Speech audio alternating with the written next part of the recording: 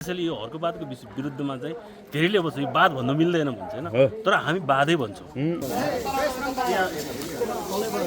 भरिका 3 करोड नेपाली जनताले चाहिँ यो वादलाई जब मानिन्छ नि, हजुर हजुर, तब अब अनि पछि चाहिँ अन्तर्राष्ट्रियकरण हुन्छ।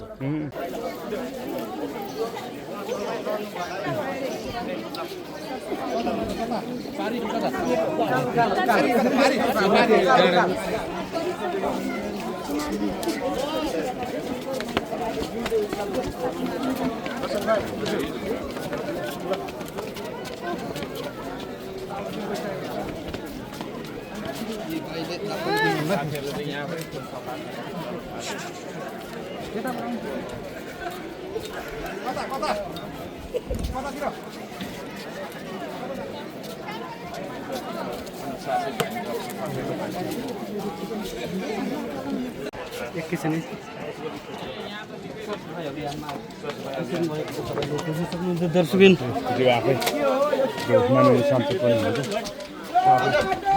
अहिले पन्जा लगाएर फोटो टिप्दै हुनुहुन्छ।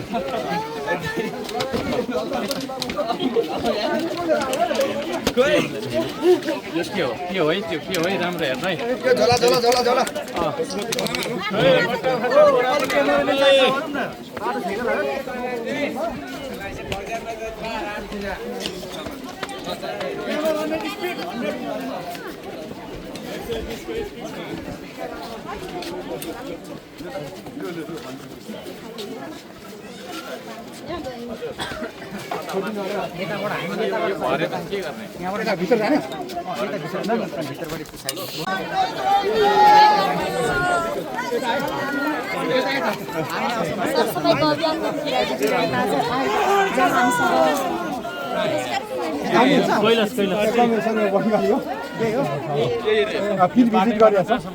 माथि उसम्म जान्छ।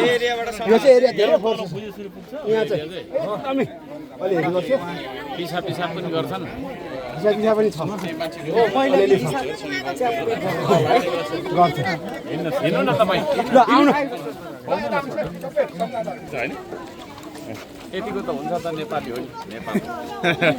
यो भिडभाडमा सबैजनाले आफ्नो सामानको सुरक्षा पनि आफै गर्नु होला है त। सबैजनाले आफ्नो सामानको सुरक्षा पनि गर्नु होला। त्यति होला नि, अरू के छ छैन काम। जुत्ता चाहिँ हेरौँ है पनि गर्दै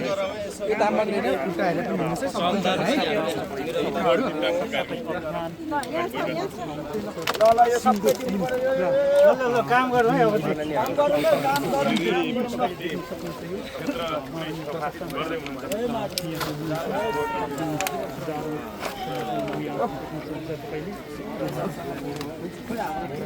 अब फोटिँदैछ, फोलामा हालिँदैछ बोरामा।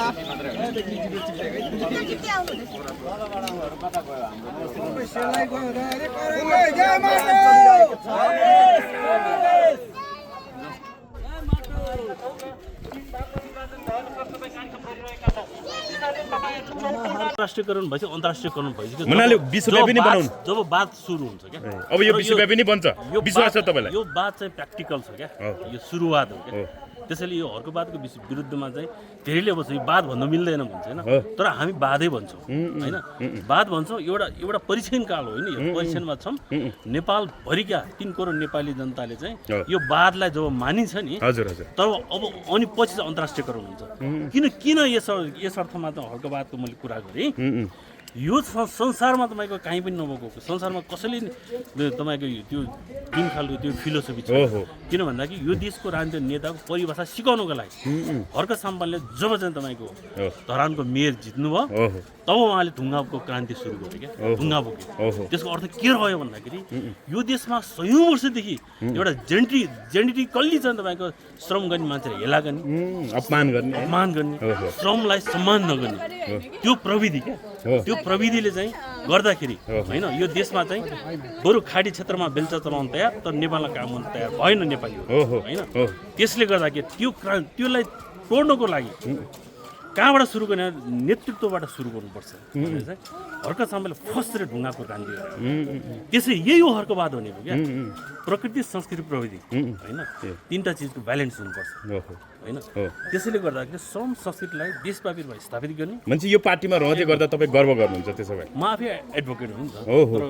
तर म आफ्नो पेसामा नि लागिरहेको छु होइन हो। तर श्रम पनि श्रमदान गरेर देशलाई योगदान गरिराख्नु भएको छ होइन यो एउटा त साङ्केतिक अर्थमा चाहिँ श्रमलाई माया गरेर होइन तपाईँको पार्टी अध्यक्षको बिहिबार त फेसबुक पेजै गायब भयो त कसरी हेर्नुहुन्छ होइन, हेर्नु त? अब यो के हो फेसबुक यो एलम्बर लेख्नुभयो भन्ने कुराले आलोचना भयो भन्ने कुरा आयो क्या त्यो भन्दाखेरि पनि तपाईँको हाम्रो पार्टीको अध्यक्षलाई जतिले मन पराउँछ नि नेपालमा होइन केही मान्छेले मन नपराउने गुट पनि छ होइन मन नपराउने गुटले त तपाईँको रिपोर्ट गरिदियो होला त्यो रिपोर्ट गरिसकेपछि नेताले आफ्नो किसिमको बाध्य भएर त्यो सायद बन्द भएको हुनसक्छ कारण के हुनसक्छ भन्दाखेरि हाम्रो अध्यक्षज्यूलाई हाउसमा नि कुरा उठायो के कुरा उठायो भन्दाखेरि फर्स्ट कुरा जुन तपाईँको सम्पत्ति शुद्धिकरणको कुरा उठायो नि त्यो सम्पत्ति शुद्धिकरणको कुराहरूमा पहिला आफैबाट सुरु गरौँ भन्नु सरकारबाटै सुरु हुनुपर्छ गृहमन्त्रीको प्रधानमन्त्रीको हुनुपर्छ भन्दा त्यो सुरु आफैबाट गर्नुपर्छ भन्नु तर आफैबाट सुरु त भयो भयो नि सरकारले सम्पत्ति शुद्धिकरण तर सुनको चाङ हेर्नुहोस् त कति हो 2-300 तोला देखियो सम्पत्ति अब देखायो त्यो अखुट सम्पत्ति कहाँबाट त्यसको पनि स्रोत चाहियो भन्ने खालको एउटा भोइस रह्यो होइन यो रह्यो अब विविध यो तपाईँको अहिलेको यथास्थायी शक्तिहरूलाई त हर्क साम्बाको बोली नै बिख भइरहेछ नि त त्यो बिख भएको बोलीलाई त कमसे उहाँको यति धेरै फलोवर्समा त उहाँले बोलेको कुरा त तपाईँ एकैचोटि जाने भयो त्यो तपाईँको पेज चाहिँ गायब गर्न पायो भने त सीमित मान्छेले थाहा पाउने भयो नि त त्यो उद्देश्यका साथ भएको छ होइन तर धेरै समय टिक्दैन हामीले यो विषयमा बुझ्दैछौँ र सायद अब आज भोलिसम्म खुल्न सक्छ ब्याक हुनसक्छ खुलोस् भन्ने चाहना छ खुलोस् भन्ने चाहना त्यो ब्याक हुनसक्छ होइन त्यो पेज आउँदै आएन भने के हुन्छ तपाईँहरूमा निराशा छाउँछ कि के हुन्छ निराशा हुँदैन हामीले त उहाँ दाइको पेज त अब धेरै अब तुरुन्त फलो त बढिहाल्छ है ठुलो कुरा होइन तर त्यो पुरानो पेज भनेर त तपाईँको धेरै छ नि होइन पेज उडाउन सक्छ नि त्यसो विचार उठ्दैन होइन अर्कोबादको विचार उठ्दैन विचार त कुनै हालत नि उठ्दैन होइन किनभने मैले भनिहालेँ नि यो त तपाईँको श्रम संस्कृति पार्टी हो अहिलेसम्मको तपाईँको नेपालमा जन्मिएको पनि छैन विश्वमै जन्मेको छैन ल तपाईँ कुन चाहिँ नेताले तपाईँको आफ्नो भारी बोकेर गोबर सोधेर हिँड्छ क्या कट्टो लगाएर होइन सबै ठाउँमा